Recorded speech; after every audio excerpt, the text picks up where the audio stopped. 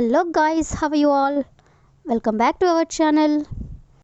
జనరల్గా మన డైలీ లైఫ్లో మనం చాలా రకాల వర్డ్స్ అండ్ సెంటెన్సెస్ అనేవి యూజ్ చేస్తూ ఉంటాం కదా. సో అలాంటి వర్డ్స్ అండ్ సెంటెన్సెస్లో నుంచి నేను కొన్ని వర్డ్స్ తీసుకొని వాటికి సంబంధించిన కొన్ని ఎగ్జాంపుల్ సెంటెన్సెస్ అనేవి మీకు క్లియర్గా చెప్తాను. మీరైతే ఈ వీడియోని స్కిప్ చేయకుండా ఎండ్ వరకు చూడడానికి ప్రయత్నించండి. మరెందుకు ఆలస్యం, let's go to the topic. First sentence ఒకసారి చూడండి. కొన్ని అనివార్య కారణాల వల్ల వాళ్ళు రాలేదు. అదేవిధంగా కొన్ని అనివార్య కారణాల వల్ల అతను పని పూర్తి చేయలేదు. ఈ టూ సెంటెన్సెస్లో కూడా మనం కామన్గా కొన్ని అనివార్య కారణాల వల్ల అనే వర్డ్ తీసుకున్నాం కదా. సో ఈ వర్డ్ని మనం చాలా సందర్భంలో యూజ్ చేస్తూ ఉంటాం. సో ఈ వర్డ్కి సంబంధించిన మరికొన్ని ఎగ్జాంపుల్ సెంటెన్సెస్ అనేవి చూద్దాం. సో ఫస్ట్ వన్, కొన్ని అనివార్య కారణాల వల్ల వాళ్ళు మెటీరియల్ పంపలేదు.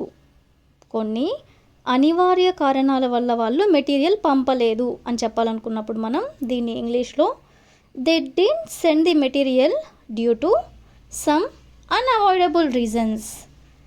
They didn't send the material అంటే వాళ్ళు మెటీరియల్ పంపలేదు. డ్యూ టు అంటే ఎందువల్ల, సమ్ అన్అవాయిడబుల్ రీజన్స్ అంటే కొన్ని అనివార్య కారణాల వల్ల. అదేవిధంగా నెక్స్ట్ వన్, కొన్ని అనివార్య కారణాల వల్ల నేను మీకు కాల్ చేయలేదు. అంటే కొన్ని కారణాల వల్ల నేను మీకు కాల్ చేయలేదు అని చెప్పాలనుకున్నప్పుడు I didn't call you due to some unavoidable reasons. I didn't call you అంటే నేను మీకు కాల్ చేయలేదు. డ్యూ టు అంటే ఎందువల్ల, సమ్ అన్అవాయిడబుల్ రీజన్స్ అంటే కొన్ని అనివార్య కారణాల వల్ల. అదేవిధంగా నెక్స్ట్ వన్, కొన్ని అనివార్య కారణాల వల్ల ఆమె సమావేశానికి హాజరవ్వలేదు. సమావేశానికి అంటే మీటింగ్కి ఆమె అటెండ్ అవ్వలేదు అని చెప్పాలనుకున్నప్పుడు she didn't attend the meeting due to some unavoidable reasons. She didn't attend the meeting అంటే ఆమె మీటింగ్కి అటెండ్ అవ్వలేదు. డ్యూ టు అంటే ఎందువల్ల, సమ్ అన్అవాయిడబుల్ రీజన్స్ అంటే కొన్ని అనివార్య కారణాల వల్ల. అదేవిధంగా నెక్స్ట్ సెంటెన్స్, కొన్ని అనివార్య కారణాల వల్ల మేము డబ్బు కట్టలేదు అని చెప్పాలనుకున్నప్పుడు we didn't pay the money due to some unavailable reasons. We didn't pay the money అంటే మేము డబ్బు కట్టలేదు. Due to some unavailable reasons అంటే కొన్ని అనివార్య కారణాల వల్ల.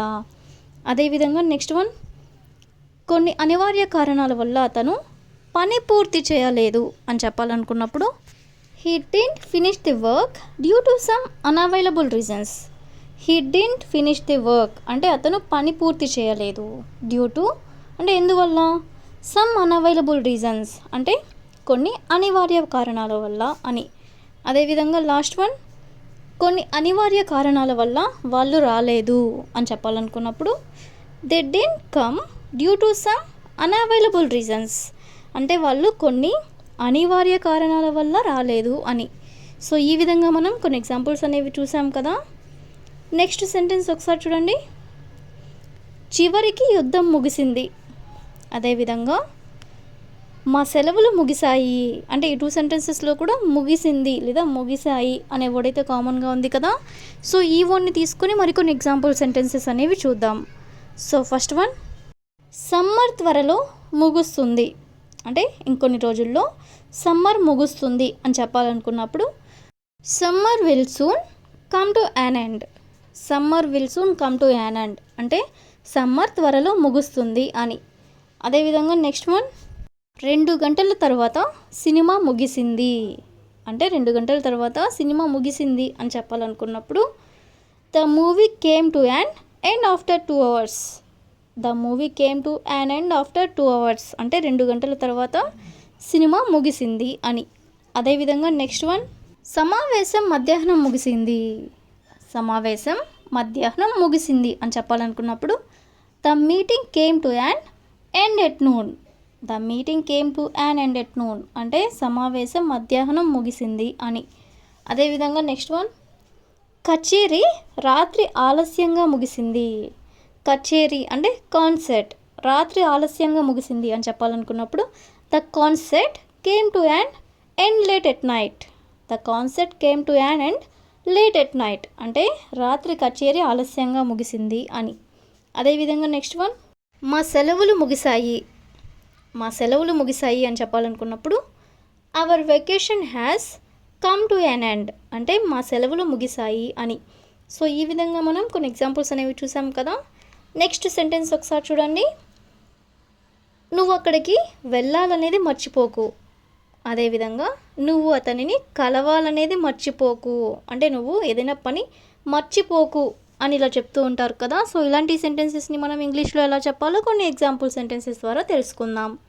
సో ఫస్ట్ వన్, నువ్వు వాళ్ళకి మెయిల్ పంపాలనేది మర్చిపోకు, అంటే వాళ్ళకి నువ్వు మెయిల్ పంపించాలి కదా, అది మర్చిపోకు అని చెప్పాలనుకున్నప్పుడు don't forget that you have to send them mail.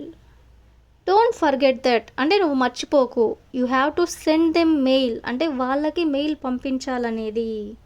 అదేవిధంగా నెక్స్ట్ వన్, నువ్వు నివేదిక ఈరోజు సమర్పించాలనేది మర్చిపోకు, నువ్వు నివేదిక ఈరోజు సమర్పించాలనేది మర్చిపోకు అని చెప్పాలనుకున్నప్పుడు don't forget that you have to submit the report today. Don't forget that you have to submit the report today అంటే నువ్వు ఈరోజు నివేదిక సమర్పించాలని మర్చిపోకు అని.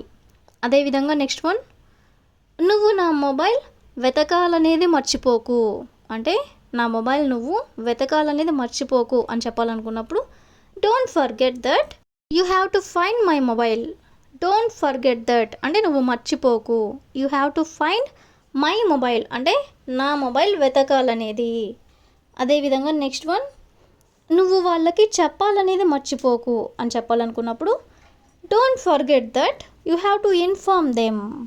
డోంట్ ఫర్గెట్ దట్ అంటే నువ్వు మర్చిపోబాకు, ఏంటి వాళ్ళకి చెప్పాలనేది అనేదాన్ని టు ఇన్ఫార్మ్ దెమ్ అంటే you have to inform them అంటే నువ్వు వాళ్ళకి చెప్పాలనేది. అదేవిధంగా నెక్స్ట్ వన్, నువ్వు కార్ కడగాలనేది మర్చిపోకు, అంటే నువ్వు కార్ కడగాలి కదా అది మర్చిపోకు అని చెప్పాలనుకున్నప్పుడు don't forget that you have to wash the car. Don't forget that అంటే నువ్వు మర్చిపోకు, you have to wash the car అంటే నువ్వు కార్ కడగాలనేది. అదేవిధంగా నెక్స్ట్ వన్, నువ్వు మందులు వేసుకోవాలనేది మర్చిపోకు, అంటే నువ్వు టాబ్లెట్స్ వేసుకోవాలి కదా మర్చిపోకు అని చెప్పాలనుకున్నప్పుడు don't forget that you have to take your medicine. Don't forget that అంటే నువ్వు మర్చిపోకు, you have to take your medicine.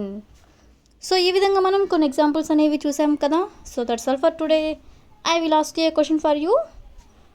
నువ్వు ఆమెని పిలవాలనేది మర్చిపోకు, నువ్వు ఆమెని పిలవాలనేది మర్చిపోకు.